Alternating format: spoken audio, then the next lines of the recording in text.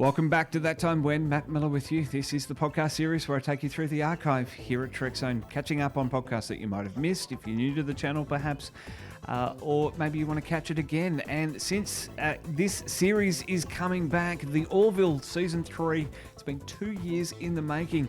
Let's flash back to that time when I met Tom Costantino for the first time.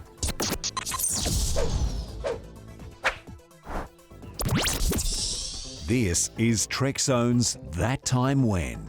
Well, I am very excited today to be continuing the theme of not just Star Trek here at a Trekzone Conversation. And joining me to continue that theme is Mr. Tom Costantino from the Orville, all the way from Fox Studios. Tom, thanks so much for having a Trekzone Conversation today. Oh, it's my pleasure. Thank you. The Orville, this space show that Fox commissioned a couple of years ago, you were an editor at the beginning. You're now a co-producer from season 2. Yeah. Did you ever imagine how big it was going to get and what this fan base was going to be like in the beginning? No, actually. I mean, I've sort of said something similar before, but you know, we spent the whole first year in a vacuum, and it was funny. I felt like at the first Comic-Con, even though, you know, a lot of people came to the actual panel, it kind of felt like a little bit like we couldn't get arrested.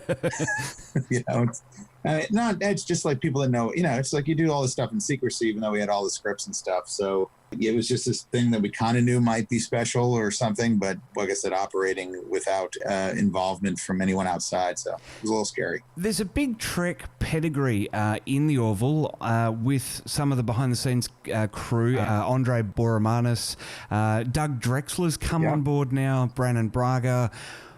All of these people, what's it like? Is it sort of this reunion of 90s Trek in the production offices?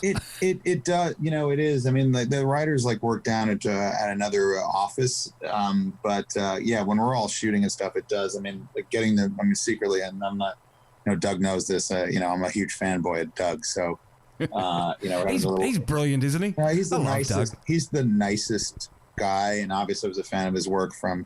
I mean, you know, even from, you know, the Oscar-winning makeup from Dick Tracy, you know, and obviously he worked on all the Treks and Battlestar Galactica, which is a whole other conversation, the VFX supervisor or co-VFX supervisor. So having, I mean, I'm going to talk about him so much, but, you know, and he gave me that jacket, that vintage BSG, which you can't see. I'm pointing to it, but no one can see because it's audio.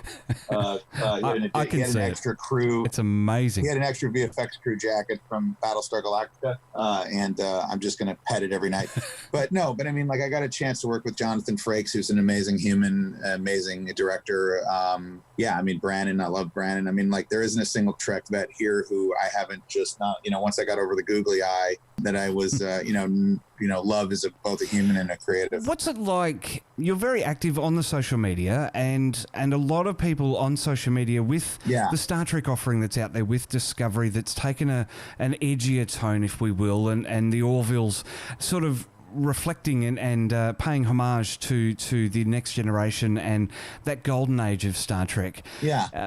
How do you sort of feel when people compare Orville and Discovery and say Discovery sucks and Orville is Star Trek?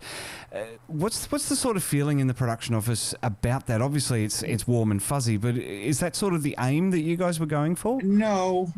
I mean, I think it's I think there's enough room for both. You know, obviously I love when people compliment our show, you know, but I, you know, all Star Trek is good Star Trek. I mean, they do a lot of great things. I mean, believe me, I'm lined up to watch Picard. And in fairness, I have not seen all of season 2 of Discovery because I've been working crazy hours. But, you know, I had all my friends ruin it for me by talking about it. So it's I know everything that went on.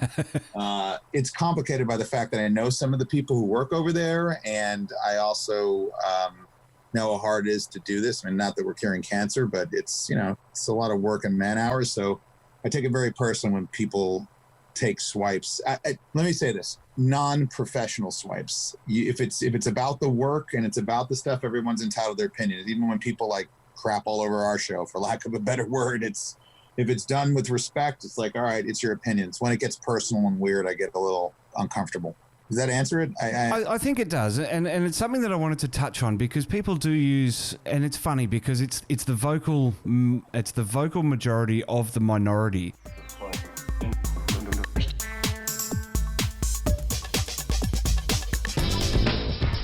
Bye.